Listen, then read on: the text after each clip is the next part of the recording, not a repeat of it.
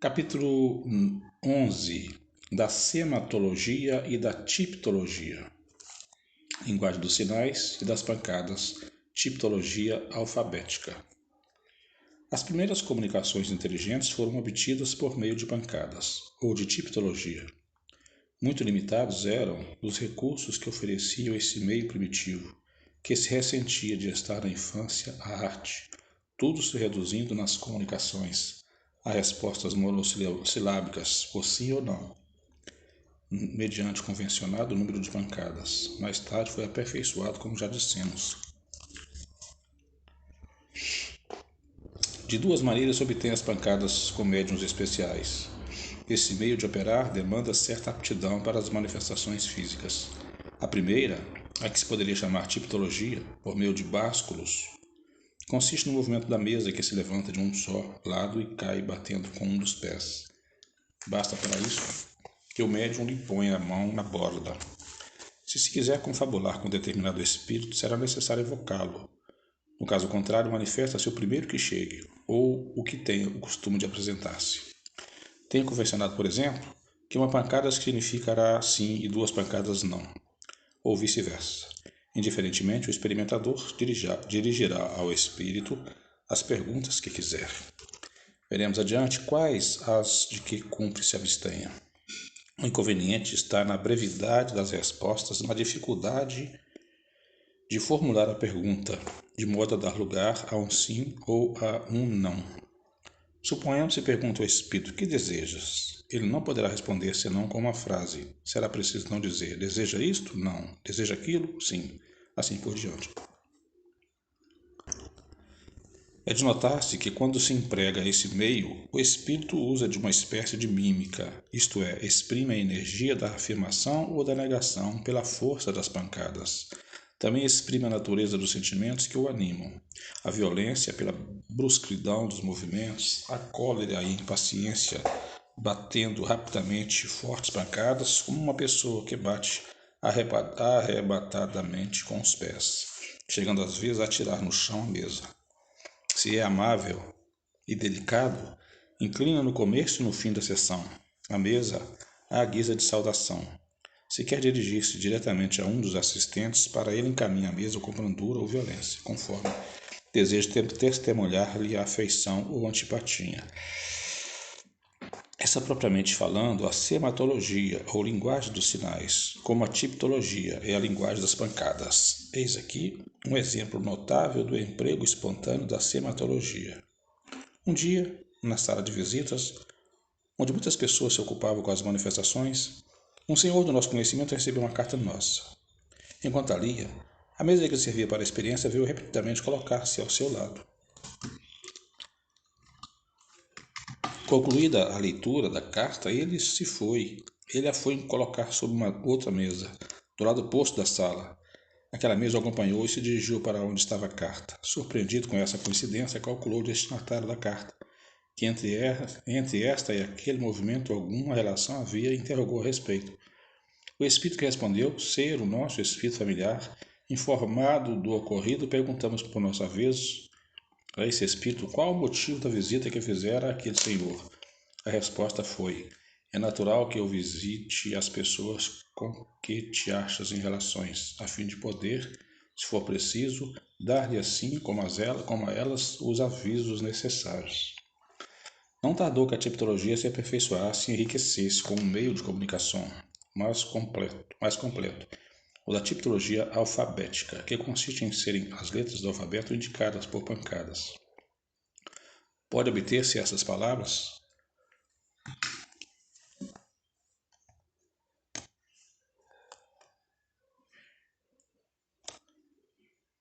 Frase e até discursos inteiros. De acordo com os métodos adotados, a mesa dará tanta pancada quantas forem necessárias para indicar cada letra, isto é, uma pancada para o A, duas para o B e assim por diante. Enquanto isso, uma pessoa irá descrevendo as letras, à medida que forem sendo designadas. O espírito faz sentir que terminou usando de um sinal que se haja convencionado. Como se vê, este modo de operar é muito lento e consome tanto tempo para as comunicações de certa extensão. Entretanto, pessoas há que têm tido a paciência de se utilizarem dele, para obter ditados de muitas páginas, porém a prática levou à descoberta de abreviaturas que permitiram trabalhar-se com maior rapidez. A de uso mais frequente consiste em colocar o experimentador diante de si um alfabeto e a série dos algarismos indicadores das unidades. Estando o médium à mesa, uma outra pessoa percorre sucessivamente as letras do alfabeto. Se se trata de obter uma palavra ou a série dos algarismos, se de um número, apontada a letra que serve, a mesa por si mesma bate uma pancada e escreve-se a letra. Recomeça-se a operação para obter-se a segunda, depois a terceira e assim sucessivamente. Se tiver havido engano em alguma letra, o espírito previne fazendo a mesa dar repetidas pancadas ou produzir um movimento especial e recomeça-se. Com o hábito chega-se a andar bem depressa. Mas adivinhando o fim de uma palavra começada e com a qual se pode atinar pelo sentido da frase, é como sobretudo se consegue abreviar de muito a comunicação. Em havendo incerteza, pergunta-se ao espírito se foi esta ou aquela palavra que ele quis empregar, e o espírito responde sim ou não. Todos os efeitos que acabamos de indicar podem obter-se de maneira ainda mais simples, por meio de pancadas produzidas na própria madeira da mesa, sem nenhuma espécie de movimento. Processo que já descrevemos no capítulo das manifestações físicas, número 64. É a tipologia interior. Nem todos os médiuns são igualmente aptos às manifestações desse último gênero. Muitos há que só obtêm as pancadas pelo movimento basculatório da mesa. Contudo, exercitando-se, podem eles, em sua maioria, chegar a consegui-las daquela maneira, que tem a dupla vantagem de ser mais rápida e de oferecer menos aso à suspeita do que o básculo, que se pode atribuir uma pressão voluntária. A verdade é que as pancadas no interior da madeira também podem ser imitadas, o que, aliás, nada prova contra elas. Quaisquer, porém, que sejam os aperfeiçoamentos que se possam introduzir nessa maneira de proceder, jamais se conseguirá fazê-la alcançar a rapidez e a facilidade que apresenta a escrita, razão porque, presentemente, já é pouco empregada. Ela, no entanto, é às vezes interessantíssima do ponto de vista do fenômeno, sobretudo para os novatos, e tem principalmente a vantagem de provar, de forma peremptória, a absoluta independência do pensamento do médium. Assim se obtém, não raro, respostas tão imprevistas e tão flagrante a propósito que só uma prevenção bastante determinada será capaz de impedir que os assistentes se rendam a evidências. Daí vem que esse progresso constitui para muitas pessoas forte motivo de convicção, mas seja ele um empregado, seja qualquer outro, em caso algum os espíritos se mostram indispostos a prestar-se ao capricho dos curiosos, que pretendam experimentá-los por meio de questões desproporcionais. Com o fim da melhor garantia à independência ao pensamento do médium, imaginaram-se diversos instrumentos em forma de quadrantes, sobre os quais se traçam as letras à maneira dos quadrantes do telégrafo elétrico.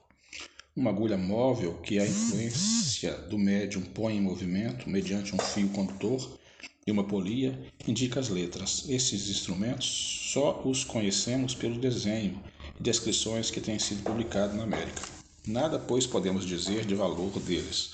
Temos, porém, para nós que só a complicação que denotam constitui um inconveniente, que a independência do médium se comprova perfeitamente pela pancada interior e ainda melhor pelo imprevisto das respostas do que por todos os meios materiais.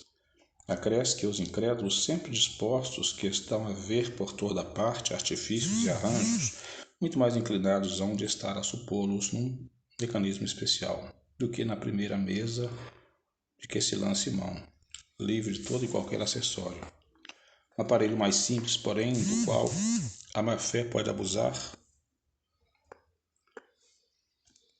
facilmente, conforme veremos no capítulo das fraudes. É o que designaremos sob o nome de mesa Girardin.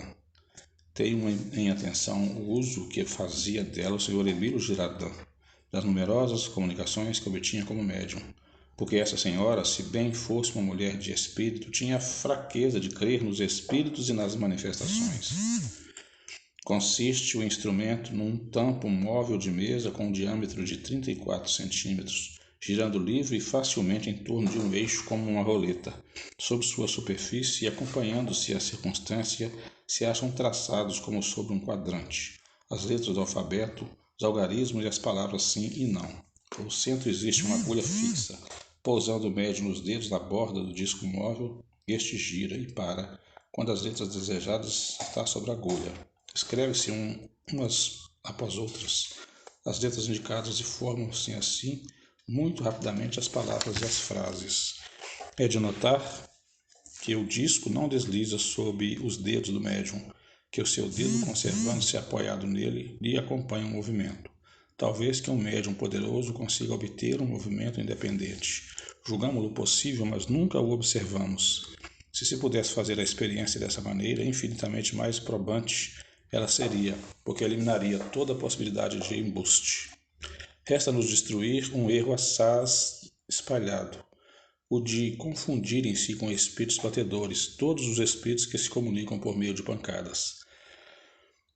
A tipologia constitui um meio de comunicação como qualquer outro, e que não é mais do que o da escrita ou da palavra, indigno dos espíritos elevados. Todos os espíritos bons e maus podem servir-se dele, como dos diversos outros existentes. O que caracteriza os espíritos superiores é a elevação das ideias, e não o instrumento de que se utilizem para exprimi-la.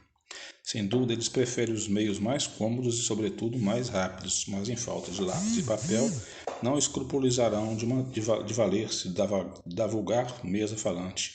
E a prova é que, por esse meio, se obtêm os mais sublimes ditados. Só dele não nos servimos. Se deles não nos servimos, não é porque o consideremos desprezível, porém unicamente porque, como fenômeno, já nos ensinou tudo o que pudéramos vir a saber.